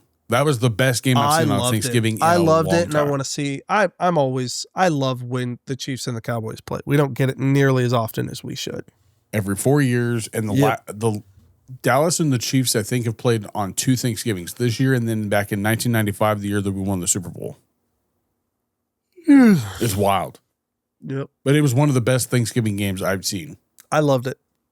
I hated the ending. I mean, you hated the ending. I hated the but it was ending, a great, but I loved the But game. it was a great Thanksgiving game. It was. Was indeed. So right now, before we move on to entertainment, who do you see in the Super Bowl? Oh, still the Chiefs. Early prediction. Don't they have like a 9% chance of going to the playoffs? Forever a believer in the Chiefs. So hear me say this. First and foremost, it's the Chiefs. If it's not the Chiefs, then my prediction is hang on, let me think this through. Patriots. Ooh, I know, I hate thought it. you were going with that. I know, I hate it, but they're just Drake May. Can you believe is they're the number 1 team in the consistent, NFL? bro. Drake May is consistent. Like Drake May has been producing at a level that's been phenomenal. Like And it's the coach helps out tremendously. Vrabel is. If anybody had doubts in Belichick's- Vrabel, get out of the fandom of the NFL. Please Get out. leave. Understand that Vrabel is one of the next best generation coaches. He's a great, solid dude. He learned from the best, and he And he has a sharp mind for it, and he is brilliant and ruthless. Both great qualities in a coach. I already know what your NFC team's going to be. Do you? Yeah. Because I think with the Patriots, you sort of have to go this route because the best AFC in the best team in the AFC versus the best team in the NFC, it's got to be the Rams. Yeah. Gosh, dang, Bobby, you did nail it. I can't see another team that's performing The only as team that I consistent could as see the being, Rams. there's one other team, Who? the Panthers. Dude, the Panthers are surprising yes. the shit out of me. Yes, but do they have enough to carry it through the playoffs? That's my only concern. I don't see them winning the Super Bowl, but I could see them. I could see them in the NFC Championship I see them making it maybe to there, but they lose to the Rams. to the Rams. I do agree with you. I think it's a Rams Patriots- Super Bowl. If it's not the Chiefs, but Patriots, I do say the Colts, Chiefs. or Patriots, Broncos in the AFC Championship.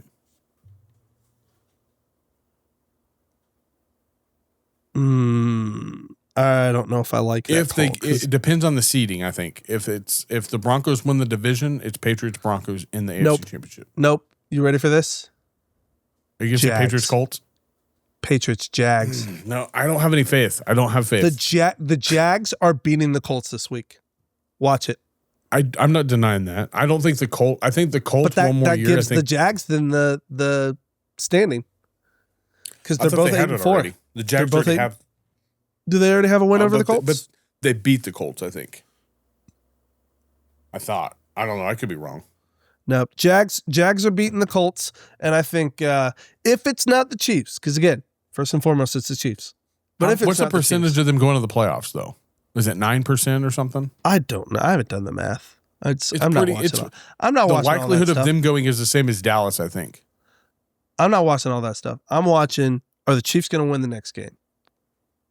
If they do, we're still running for the playoffs. If they And don't, they have a hard last part of the season. oh, I know. Real. I know. It's going to be nuts.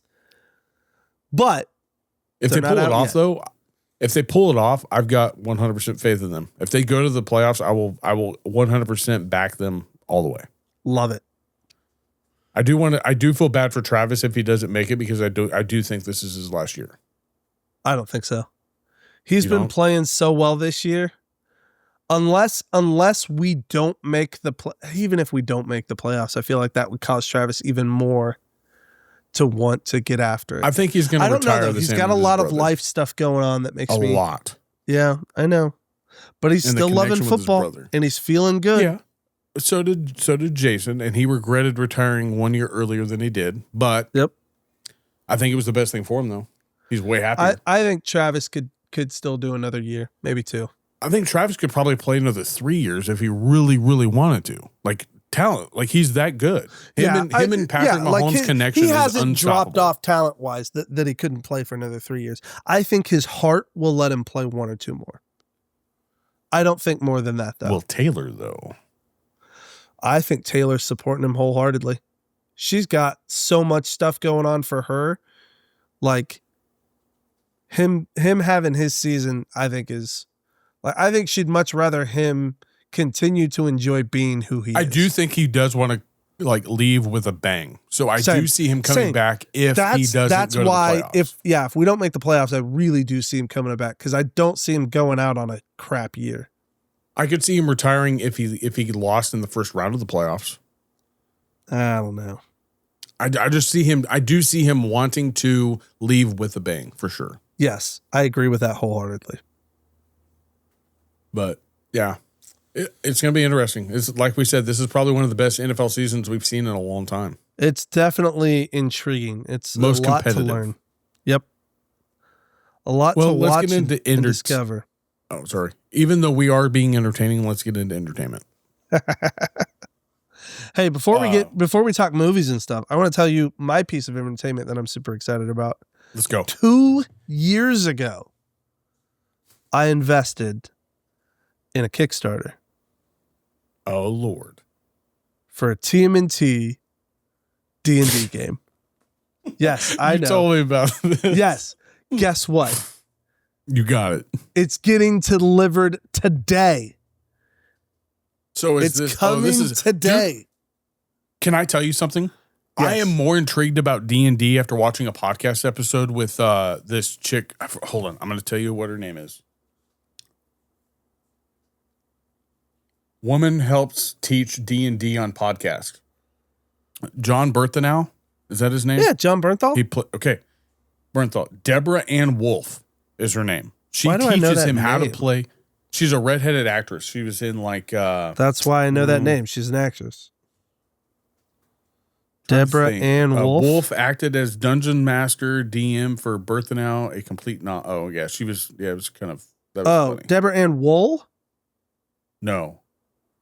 Oh, W-O-L-L? yeah, Deborah Ann Wool. Yes. Yeah, yes. dude, that's the girl from. That's the chick from the Daredevil movies.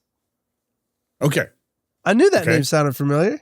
Yes, and she teaches him how to play D&D, like live right there on this podcast. Heck and it's yeah, way that's more intriguing cool. how she does it. I was like, wow. She's like a grandmaster, or not a grandmaster, that's just. A dungeon master? A dungeon master. Yeah. And like she's like hardcore into it. And she has a podcast based upon just D&D. Here's the thing. D&D is basically just creative group storytelling. It's professional wrestling on a tabletop. Yes. That's what it is. Where you don't get to control the outcomes because the dice do. But your job is to sell the story. Just like professional wrestling. Exactly. Your job is to sell the story. It's like so professional good, wrestling. dude. I love it. It's so fun. Now, I would be more intrigued into playing Teenage Mutant Ninja I Turtles know, right now. right? It's gonna be so good. Like I've got a I'm whole. not big like, on building a character. How's that? I would just no love fun. to play Why would you not want to build? I just don't know how to do. She didn't teach me that part. I just We'll learned how walk the you game goes. We'll walk you through it. Can you play online? Yeah, we can do a You big can play like this? video. Yeah, we can do just like this. How long would that take, though? I've seen you guys play for hours. So an average game is 2 to 3 hours. Sometimes they can run longer. Oh my god! You have to have a good stopping point. And a good bladder. All See, but yeah, right, so I was going to tell you Tell that. me about your entertainment. Oh no, I was just going What- to tell what you have that you I been got watching? intrigued about D&D after Well, I good. watched the podcast episode with her. I was like, okay, Good. if this is all it is, then that seems way more simpler. It's not as far fetched as I thought it was going to be.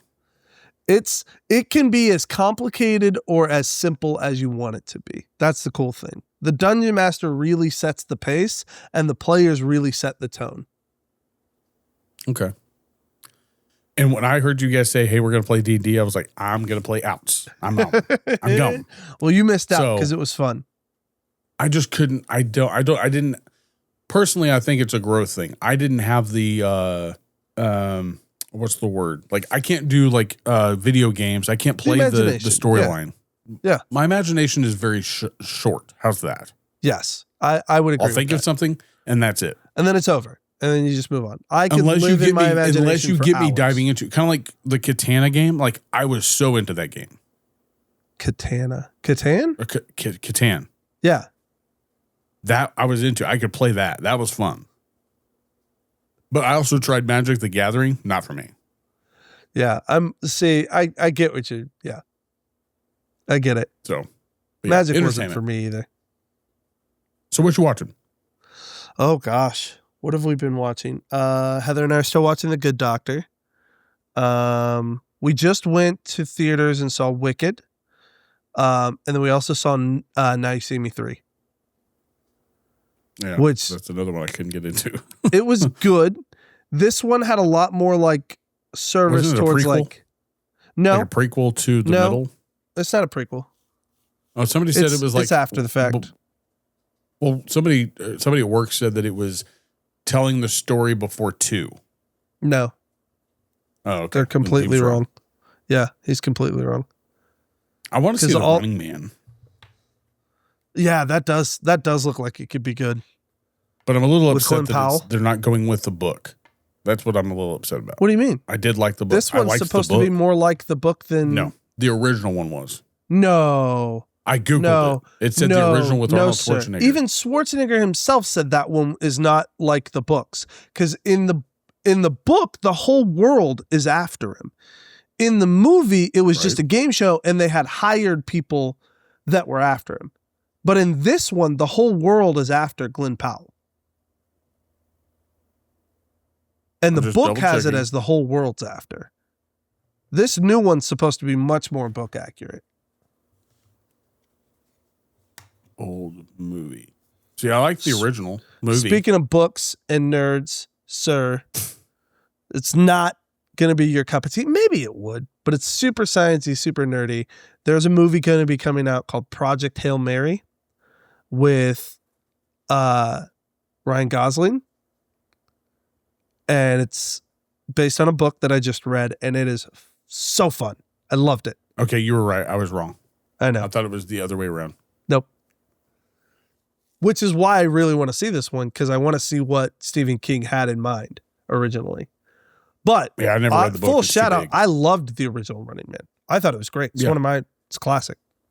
I don't know how they can call it a comedy action movie. I didn't see any comedy in that movie. In Running Man. Stallone's? They call it a comedy action. Stallone's or Powell's? Stallone's. Yeah, there wasn't a ton of comedy. It's very I mean, there dark. was some. Yeah, It was that's a that's. dark. I would say it's a dark comedy because dark comedy really wasn't a thing back then. It wasn't a genre. It wasn't? No, Oh.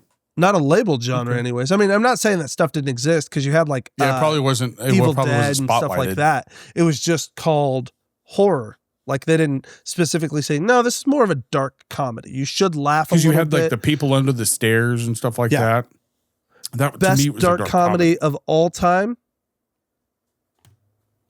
in my opinion. No, I'm getting ready to tell you mine. I just got to remember Okay. the name, the full name. Tucker and What Dale year? vs. Evil. I don't think I saw that. What? You're kidding me. I never saw You've it. never seen Tucker and Dale vs. Evil. I thought you were going a different route with zombies. I thought it was going to be that British zombie movie you had me watch. British With oh, the two British 28 dudes in days? it. No, the one with the two. They were cops. Oh, Shaun in of the Great Dead. Britain. Shaun of the Yeah. Dead. Yeah. To me, that's a dark Yeah. comedy. Also, the Hot Fuzz is the cop one. Oh, okay. I thought they were cops in Shaun of the Dead. They're too. cops. They're cops in Hot Fuzz. In Shaun of the Dead, he's just a local like. Does he work at the bar? No, No, I thought he was remember a where he cop, works. and he like No, he gets that's these. not the is first that one. Hot Fuzz. Hot Fuzz is where they're the Hot cops. Fuzz. Yep. Shaun of the Oh. Dead. He's not a Okay. cop. Okay. I was taking you off your route of the book that you were talking about. Yes. Gosling. Hail Mary. Project Hail Mary. It's a cool little story. Again, like I said, very sciencey, very nerdy, but I really like it. And it's like man meets alien and they become friends, and it's cool. It's a good story. But lots of like, I'm excited. Not to take away from your book thing. no, you're good. Did you see something about anacondas? It's like a comedy coming out. Okay, yes, I have seen that, and I actually want to see that. So from what I can tell, okay. I was like, you saw it? yeah, no, I haven't seen it, but I want to. From what I can tell, it's a parody. So they're approaching it. Yeah, it's a parody of Anaconda. So it's not At that first, like I thought it was a Tropic Thunder 2 at first when I first started watching the thing. I will was say like, the my energy feels like a Tropic Thunder. The energy of that movie feels like a love Tropic Thunder. And I'm super excited about it because it has that same play off of all of these big stereotypes. Because that's what Tropic Thunder did. It played off of the great stereotypes of war movies and action movies. Who's the guy that's up writing it? He was in Tropic Thunder. He was like the movie director. He was like he was also in This Is the End. He's in all those funny movies. He was in Eastbound and Down. Oh, I know who you're talking about. Come on. I saw the funniest video. Danny McBride. Danny McBride. Danny Yeah, McBride. he's funny. There was a video that have you ever seen Face Swaps?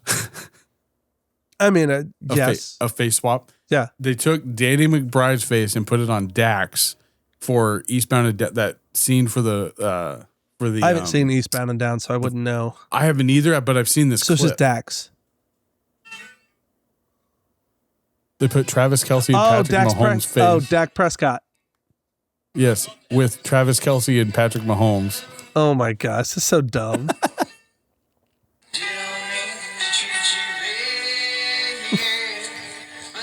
That's dumb. Good song though.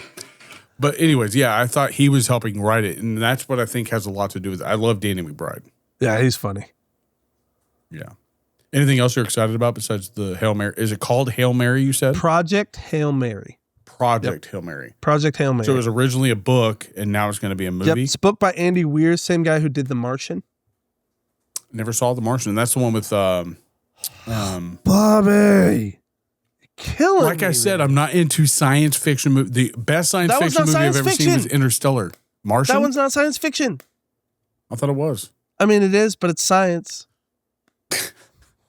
Shut up. Interstellar is... I thought it was like a spinoff of Interstellar when I sci-fi. first saw it. Interstellar is more sci-fi than The Martian. The Martian's plausible. But like I said, the only one I enjoyed was that movie. Like that I could get in. You would enjoy The Martian. I don't even watch Star Wars. It doesn't. It's not. It's Bobby. Star Wars is a space western fantasy. This is real. See, I was told it was Dances with Wolves. This real life told it was- science, like back. That's the whole point of this story. Guy gets left on Mars because they think he's dead. Here's this. Here, I will tell you this. I'm gonna watch. I'll watch 2 of your science fiction movies as long as you watch The Offer. One of these years. Deal. I will watch The Offer. I've watched everything you've recommended. You're right. You're absolutely right. I'm gonna watch The Offer. You are gonna And watch then watch The Godfather after. and watch The Godfather after. Yep. Yep. And then you are gonna watch. You're gonna watch 2 movies. You're gonna watch Pick out The 2 of them. Martian, and then In you're gonna any order? watch. Yeah, any order you want. So The Martian, and then you're gonna watch Tucker and Dale vs. Evil. Okay, so The Martian, is that the one with the dude from Good Will Hunting and Bourne? Yeah. Okay. Matt Damon. Yeah, Matt Damon. Okay. Matt Damon. Deal. But no, what have Cool. you been watching? You have been, okay, so what you've been watching? I've been watching Mayor of Kingstown, all the shows that are on. Our Landman. freaking Paramount subscription ended, so we're not able to watch any of that stuff right now. Well, I would hook So you up sad. if you would give me your Apple subscription. I still haven't changed that password, I don't think. I want to watch that show that everybody's talking about the chick in there. Like, it's like, Chick. she's like it's perplexed or something like that. Or, I don't know. It's on Apple? Here. yeah. Okay. Top show on Apple TV right now. Oh, that's Bad Monkey. Plurbius. Plurbius, like as in pluribus unum. A show showing up high on global popularity charts as of December of 2025. It's made by the same people that did Better Call Saul and Breaking Bad. Oh, okay. And it's about it's like they didn't want to give too much away, but it has something to do with like aliens sending a signal to Earth and it running our government or something like that. E pluribus unum, out of the many, unity, right? Isn't that what pluribus means? Many. I don't know. Pretty sure. That's what's on our money. But it's got E the pluribus woman. unum. But it's got the woman from Unity Better Call of the Saul many. in it that plays the lawyer, the blonde lady that plays the lawyer in Better Call I didn't Saul. watch Better Call Saul. I'm so disappointed in myself for that. I watched She is Breaking Bad. also in- Loved it. I think she was in Breaking Bad. I don't Like remember. Bob But anyway, Odenkirk, she's in think that show. she's funny. Have you seen Nobody and Nobody 2? I've seen the first one. You should I haven't watch seen number the 2. second one. It's just as funny. Just as I good. liked it. Lots of good I action. liked it. Simple. Good. He just enough comedy in it from him. It's like it was funny. It was good. Who's in Plurbius? But she's Out of in the other many, shows. one. That's what E pluribus unum means. So There are 7 people cast of Oh my God, I don't care. But it's got this woman. I don't know if you can see this. She's like a pretty. Can you see that? vaguely, I can't like pick out details. Oh, there you go. How's that? Okay. Yeah. Yeah, that's Don't the main recognize woman in Pluribus or Pluribus. Pluribus. But anyway, but I still want to finish that Hot Shots movie about golf. I think it was what it's Yeah. called. I Stick. wanted to finish that. No, that was Yeah, a The show. Stick. Yeah, Stick. That was the yeah. With the Owen stick. Wilson. I think I still had one more episode of that before you change the password. I will get that password changed to get it back to you. Sorry. Well, I will get you a Paramount password. Sounds great, buddy. We're not at all talking about sharing passwords on our Not recorded at all. We don't do podcast that. here. Only We Netflix shames on are- that now, though. So Yeah, freaking Netflix. You see they just bought WB?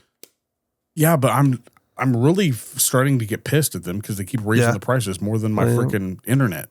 That's because they keep doing stupid shit like this, buying a bunch of stuff and thinking they're going to And hold they're on not to doing their anything good except for their thinking that movies. they're going to hold on to their customer basis. And what's going to happen Watch is they're me. going to see a big giant revolt and piracy is going to come The back only thing in. holding me back is I want to see the new Adam Sandler and George Clooney movie. That's the only thing Jay making me Kelly, mad. that does look like it could be Yes. good. And there's a couple other things on there that I watch, but I really don't watch Netflix that much. Did you see Clooney on the New Heights I didn't watch podcast? the episode of New Heights Oh, it yet. was funny. It was funny. I laughed. It was good stuff. Well, I think that's an episode, bud. I think so too, man. This was a lot of fun. Good chatting Yeah, with it's you. been a minute. Yep. For Well, I all of you love you. chubby buddies that have stayed tuned in, we appreciate you. Thanks for sticking it out. Make sure you like and subscribe. Yeah, we hit 200 subscribers on YouTube. Yo, that's so cool. That's awesome. And our, I'll have to go over that again. It's like a wrapped thing for Spotify. It did pretty good. Like, we Yeah? gained 700. No, that was bumping chops. We gained 700% following, and we had nice, buddy. 8 countries listen to it. So That's exciting. yeah, That's very it's doing exciting. pretty good. Yeah. All right, man. But I Well, love you. Make sure you follow love you all of too. our sponsors, Rage Beef Jerky and HCW. Get your jerky on. Bye. Bye, guys. Love you. Bye.